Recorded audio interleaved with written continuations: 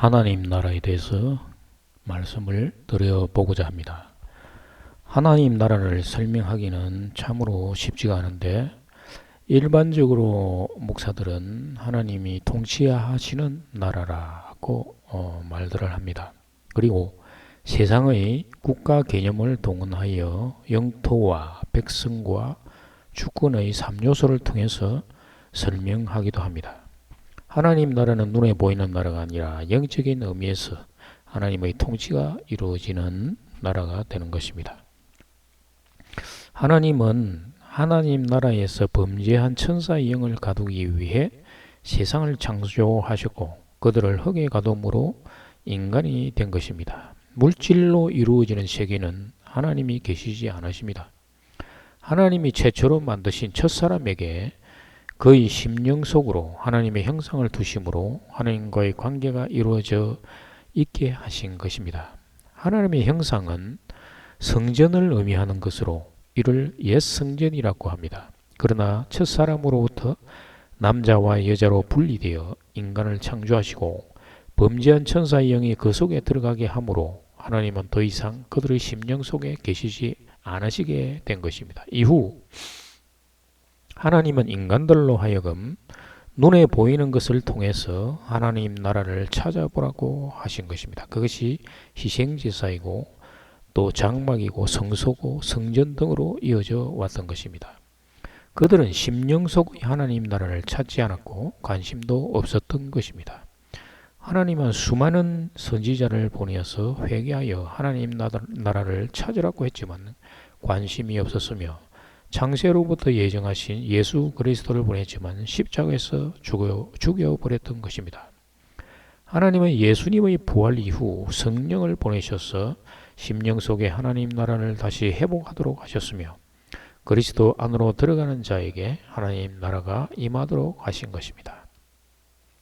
하나님은 성전을 통해서 하나님 나라가 이루어지는 것을 보여주시는데, 성전은 구약 시대에는 눈에 보이는 성전, 신약 시대에는 성전 예수 그리스도, 그리고 그리스도 안으로 들어가는 성도가 성전이 되며 성도의 심령 속에 씌워지는 그 성전이 하늘로부터 내려오는 새 성전이 되는 것입니다. 구약에서는 대체적으로 그 성전을 통해서 하나님 나라를 표현하고 있는데, 하나님 백성의 대표격인 대제사장이 성전에 들어가서 지성소에서 하나님을 만나고 하나님의 말씀을 듣고 행하는 그런 관계를 표현을 했던 것입니다. 지성소에는 언약궤가 있었는데 십계명이 담긴 두 돌판과 만나가 있었고, 만나가 들어있었던 항아리, 아론의 쌍난 지팡이가 그 언약궤에 있었다고 히브리서 9장 4절에서 증언합니다. 금 향로와 사면을 금으로 싼 언약궤가 있고 그 안에 만나를 담은 금 항아리와 아론의 쌍난 지팡이와 언약의 돌판들이 있고, 이렇게 말하고 있습니다. 구약에서는 성전이 눈에 보이는 성전으로 하나님이 임재하시는 것을 상징하는 것으로 했는데, 예수 그리스도가 오심으로 그 성전이 성도의 심령 속으로 들어왔다는 것입니다. 천국이 가까이 왔다는 말로 표현하는 바, 이 천국이 바로 예수 그리스도를 의미하며 예수 그리스도 안으로 들어가는 자를 성도라고 하는데, 그 성도는 성령으로 거듭난 자를 의미하며 심령 속에 성전이 세워지는 것입니다. 그래서 성경은 너희가 성전이라고 표현을 하는 것입니다. 고린도전서 3장 16절에서 너희가 하나님의 성전인 것과 하나님의 성령이 너희 안에 계시는 것을 알지 못하느냐. 성도의 심령 속에는 하늘로부터 오는 성전이 세워지고 성도는 예수 그리스도 안에서 성령의 능력으로 성부와 하나가 되는 것입니다. 따라서 하나님 나라는 성도의 심령 속에서 성부와 예수 그리스도와 성도가 성령으로 하나가 되는 나라를 의미하는 것입니다. 성부는 돌판에 새겨진 십계명을 상징하고 성도로 하여금 십계명을 지켜 행하게 하고, 예수 그리스도는 십자가의 죽음과 부활을 상징하며 성도가 예수 그리스도와 연합되어 십자가에서 죽고 부활한 것을 믿는 것입니다. 성령은 성도에게 하나님의 의를 이루게 하고 희락과 평강에 이르게 합니다. 이게 바로 하나님 나라가 이루어지는 것입니다. 그러면 먼저 첫 번째 십계명에 대해서 살펴보고자 합니다. 요한복음 14장 15절에서 너희가 나를 사랑하면 나의 계명을 지키리라. 여기에서 지키다라고 번역된 헬라어 테레세테의 이 기본형은 테레오로서 방어선을 지키다, 보호하다, 상태를 유지하다 등의 의미를 가지고 있습니다. 즉 성경의 규정을 글자대로 행하는 그런 의미가 아니라 십자가의 죽음과 부활을 마음에 새겨 잃지 않도록 보호하는 것을 의미하는 것입니다. 그것이 마음으로 떨어져 나가지 않도록 한다는 것입니다. 오늘날 가장 핵심적인 문제는 계명을 지킨다라는 의미로서 이 문자적 율법주의적으로 해석하여 적용시키는 데 있는 것입니다. 계명은 하나님과 이웃을 사랑하는 것인데 율법주의자들은 하나님과 이웃을 사랑하지 않으면 계명을 지키지 않는 것으로 말을 하는 것입니다. 마가복음 12장 30절 31절에서 내 마음을 다하고 목숨을 다하고 뜻을 다하고 힘을 다하여 주 너희 하나님을 사랑하라 하신 것이요 둘째는 이것이니 내 이웃을 내 자신과 같이 사랑하라 하신 것이라.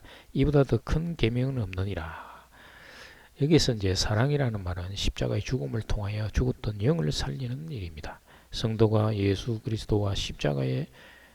그리스도의 십자가에 연합되어 죽었음을 믿고 함께 부활되어 영이 살아남으로 성도의 심령 속에 하나님 나라가 이루게 되는 것입니다. 이것이 바로 하나님을 사랑하고 이웃을 사랑하는 일이 되는 것입니다. 성령이 주시는 사랑하는 마음을 바탕에 두고 마음속에 간직한 모든 계명을 생각해 보라는 것입니다.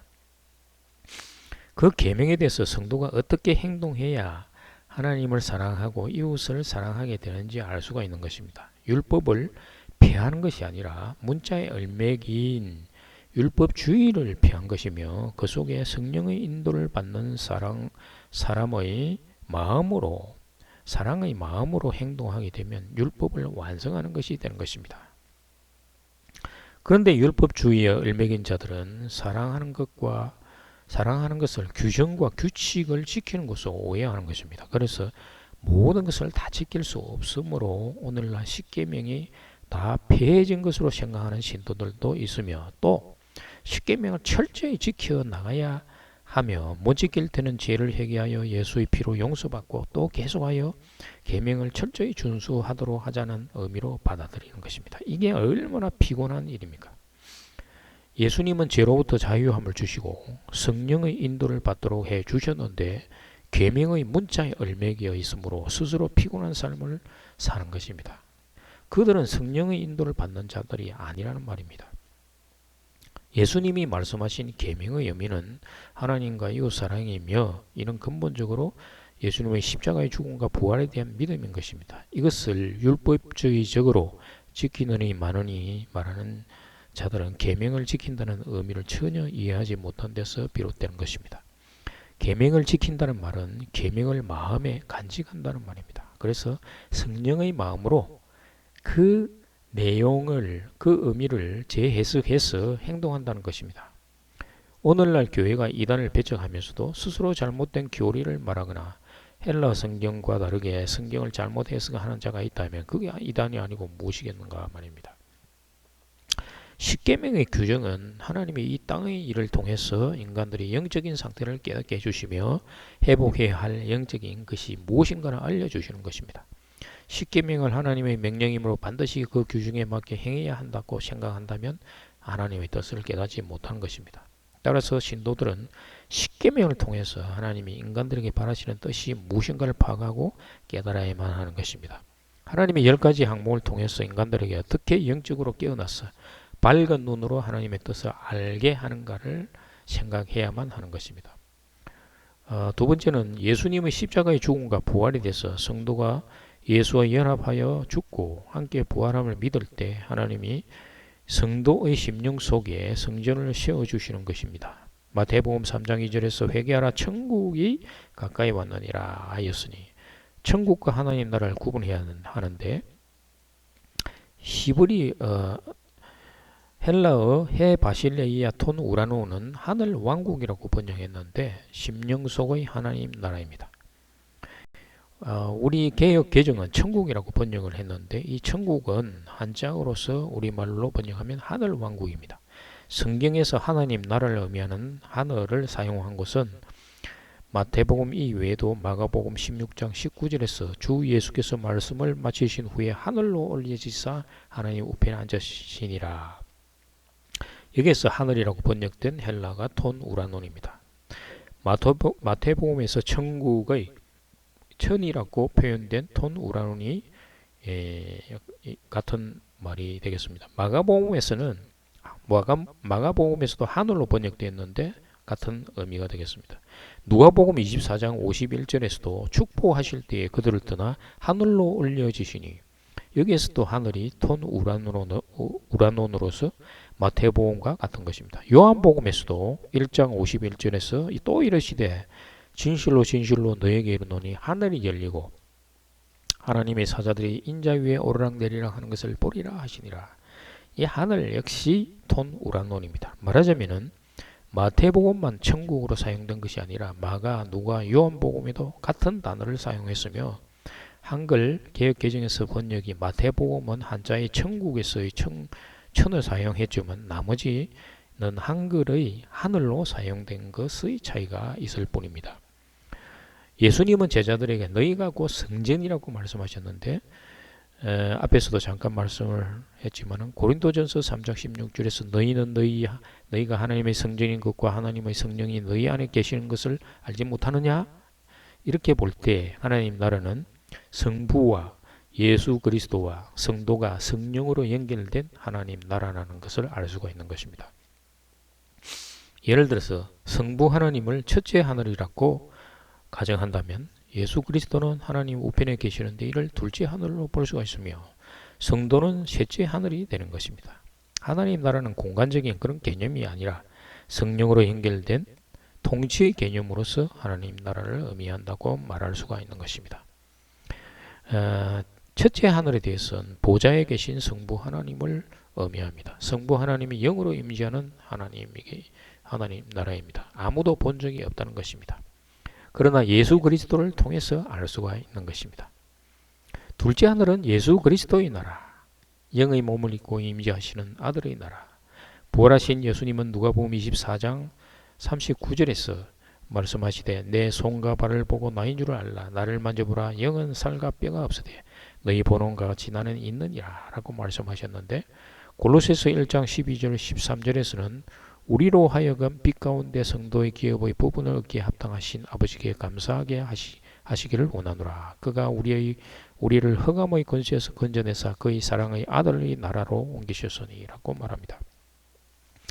셋째 하늘은 에덴 동산이라고도 하고 새 하늘과 새 땅이라고도 하기도 하는데 사도 바울이 고린도후서 12장 2절에서 셋째 하늘에 대해서 언급을 하고 있습니다. 이 하늘은 첫사람 아담이 하나님과 함께 다스리는 나라가 되는 것입니다. 첫사람 아담은 하나님 자신을 의미하며 그래서 임마누엘이 되는 것입니다. 고린도전서 15장 44절에서 육의 몸으로 신고 신령한 몸으로 다시 살아나니 육의 몸이 있은적도 영의 몸도 있느니라. 신령한 몸으로 번역된 헬라어 소마, 버뉴마티코는 영의 몸이 되는 것입니다. 이 셋째 하늘이 바로 잃어버린 에덴 동산이며 이 땅에서 회복해야 할 하나님 나라, 즉 심령 속의 성전을 의미하는 것입니다. 예수님은 자신의 몸을 성전에 비유하셨는데 요한복음 2장 19절에서 예수께서 대답하여 이르시되 너희가 이 성전을 헐라 내가 사흘 동안에 일으키리라. 이 성전은 옛 성전으로서 없어져야 할 성전이라는 것입니다. 골로새서 1장 15절에서 그는 보이지 아니하는 하나님의 형상이요 모든 피조물보다 먼저 나시니 그리고 마태복음 24장 1절 2절에서 보면은 예수께서 성전에서 나와서 가실 때에 제자들이 성전 건물들을 가리켜 보이렸고 나오니 대답하여 이르시되 너희가 이 모든 것을 보지 못하느냐 내가 진실로 너희에게 이르노니 돌 하나도 돌 위에 남지 않고 다 무너뜨리리라. 이 옛 성전은 왜 무너져야만 하는가? 그 이유는 이 옛 성전은 주인은 하나님이 아니라 자기가 우상처럼 앉아 있다는 말입니다. 하나님처럼 되고 싶어서 스스로 하나님이라고 하는 것입니다. 그 비유가 바로 포도원의 농부 이야기가 되는 것입니다. 포도원과 농부의 비유는 마가복음 12장 1절에서 5절을 보면은 예수께서 비유로 그들에게 말씀하시되 한 사람이 포도원을 만들어 산 울타리로 두르고 접지 않은 틀을 만들고 망대를 지어서 농부들에게 세를 주고 타국에 갔더니 때가 이르매 농부들에게 포도원 소출을 얼마 받으려고 한 종을 보내니 그들이 종을 잡아 심히 때리고 그저 보내었거늘 다시 다른 종을 보내니 그의 머리에 상처를 내고 능욕하였거늘 또 다른 종을 보내니 그들이 그를 죽이고 또 그 외에 많은 종들을 들어는 때리고 들어는 죽인지라. 한 사람에 대해서 마태복음에서는 집주인으로 표현하는데 그래서 포도원은 집이라는 개념이 되는 것입니다. 집은 성전인데 예수님이 성전에 들어가셔서 장사하는 자들을 내쫓았는데 그 성전이 무엇인가를 설명하는 것입니다. 구약에서의 성전의 개념은 이스라엘로 표현되지만 하나님 나라를 상징하는 것입니다. 하나님이 이스라엘을 다스림으로 이스라엘이 하나님 나라라는 것입니다. 오늘날로 말하자면 성전은 심령 속의 하나님 나라, 즉 성도가 성전이 되는 것입니다.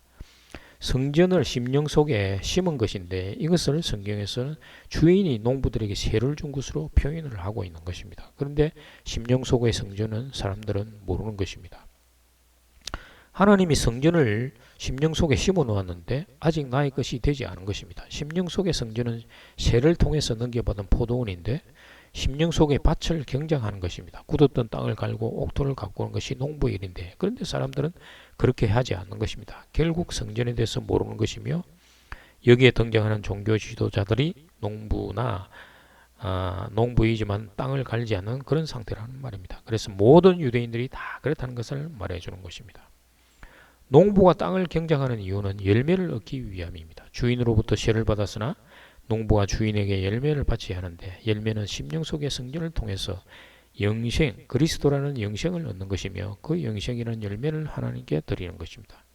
열매를 드리는 것은 곧 자신을 드리는 것이며 예수 그리스도와 연합되는 것이며 이것이 바로 영적 예배라는 말입니다. 하나님도 농부이고 세를 물려받은 성도 역시 농부가 되는 것입니다. 농부는 열매를 맺어야만 하는 것입니다.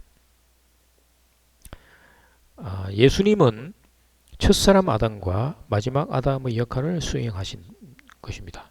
첫사람 아담은 그리스도로서 성전에 하나님이 임재하였으나 첫사람 아담이 남자와 여자에게 죄의 몸을 주고 그 죄의 몸이 계속 대를 이어오는 것입니다. 그래서 성전은 하나님에서 자기가 주인이 되어버린 것입니다. 그들은 하나님처럼 되고 싶어서 선악과를 먹은 자들입니다. 즉 예수님은 십자가에서 죽으심으로 첫사람 아담으로부터 이어져 온 죄의 몸이라는 사슬을 끊고 부활하여 하늘로부터 오는 영의 몸을 성도에게 주는 것입니다. 예수님과 연합되는 성도의 옛 성전도 파괴되고 새 성전을 심어주는 것입니다. 로마서 6장 5절 6절을 보면 만일 우리가 그의 죽으심과 같은 모양으로 연합한 자가 되었으면 또한 그의 부활과 같은 모양으로 연합한 자도 되리라. 우리가 알거니와 우리의 옛사람이 예수와 함께 십자가에 못 박힌 것은 죄의 몸이 죽어 다시는 우리가 죄에게 종노를 하지 아니하리 함이니. 옛사람은 옛 성전에 앉아있는 사람의 모습입니다. 바로 자기라는 모습입니다. 세 번째, 하나님 나라는 성령의 능력입니다. 성령 안에 있는 의와 평강과 희락이라. 로마서 14장 17절에서 하나님 나라는 먹고 마시고 먹는 것과 마시는 것이 아니요 오직 성령 안에 있는 의와 평강과 희락이라. 해 바실레이아 투 데우는 성부 하나님이 다스리는 특별한 나라를 의미하는데 하나님 나라는 육적으로 먹고 마시는 그런 것이 아니라는 것입니다. 그런데 마치 하나님 나라가 먹고 마시는 어떤 율법의 규정에 매여 있는 것처럼 여겨지는 것을 바울이 지적하는 것입니다. 하나님 나라는 영적으로 성령 안에 있는 의와 평강과 희락에 있다는 것입니다. 이는 하나님과의 관계에서 누리는 덕목이 되는 것입니다. 하나님의 의에 대해서는 로마서 1장 17절에서 복음에는 하나님의 의가 나타나서 믿음으로 믿음에 이르게 하나니 기록된 바 오직 의는 믿음으로 말미암아 살리라 한가 같으니라 라고 말을 하는 것입니다. 하나님의 의는 무엇인가? 결국 하나님의 의는 영원한 생명을 의미하는 것입니다. 마태복음 5장 6절에서 의에 줄이고 목마른 자는 복이 있나니 그들이 배부를 것이며 영원한 부활 생명이 없는 자가 하나님의 의를 찾는 것입니다. 하나님이 예수 그리스도 안으로 들어가는 자를 의인으로 인정하는 이유는 그에게 부활 생명이 들어가기 때문입니다. 의인이라는 말은 의로운 행동을 하거나 공정하고 정의로운 자가 아니라 하나님의 뜻에 맞는 자라는 것입니다. 하나님의 뜻은 죽었던 영을 살리는 데 있는 것이며 하나님의 뜻을 깨닫고 하나님의 의를 추구하는 자에게 성령이 역사하시는 부활 생명이 있는 것입니다. 평강은 화평을 이루는 자를 의미하며 로마서 5장 9절에서 화평하게 하는 자는 복이 있나니 그들이 하나님의 아들이라 일컬음을 받을 것이며 예수님은 하나님과 죄인 사이에 화목하게 하시는 분입니다. 죄인은 하나님에게 다가갈 수 없지만 그리스도로 인해서 죄인도 하나님에게 다가갈 수 있게 되는 것입니다. 죄인들이 회개하여 십자가에서 죽으신 예수와 함께 죽을 때 죄인들의 모든 죄는 사라지고 그리스도 안으로 들어가서 하나님과 화평하게 되는 것입니다. 그래서 그리스도 안에 있는 자들도 마찬가지로 다른 죄인들로 하여금 하나님과 화평하게 하도록 하는 것입니다. 하나님의 말씀을 전함으로써 다른 죄인들이 회개하고 하나님께로 돌아오게 하는 것입니다. 하나님 나라는 계명을 통해서 예수 그리스도의 십자가와 죽음을 통해서 또 성령의 인도하심을 통해서 성도가 심령 속에 세워지는 그 성전을 의미하며 예수 그리스도 안에서 성령 안에서 성부와 예수 그리스도와 성도가 하나가 되는 나라, 그것이 바로 하나님 나라가 되는 것입니다. 감사합니다.